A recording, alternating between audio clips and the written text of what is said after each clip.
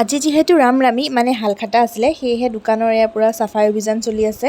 আৰু আমাৰ যিহেতু পূজা কৰোৱা নহয়, সেয়েহে সন্ধিয়া ধূপ জ্বলোৱাৰ সময়তে অলপমান মিঠাই খুওৱা হ'ব। আৰু এয়া আমাৰ মুকেশে ৰাতিপুৱাই গৈ বজাৰৰ পৰা মিঠাই লৈ আহিলেগৈ। আৰু এয়া হৈছে আজিৰ আমাৰ ৰামৰামীৰ প্ৰসাদ।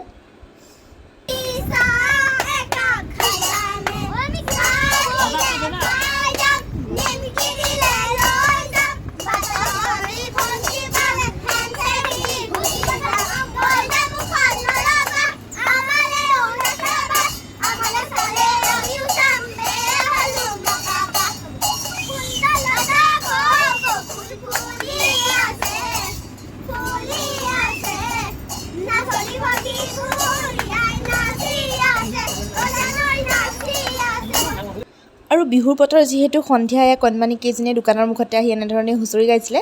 তেন্তে হ'লে আজিলৈ আহিছোঁ, নেক্সট ভিডিঅ'ত আকৌ লগ পাম, বাই।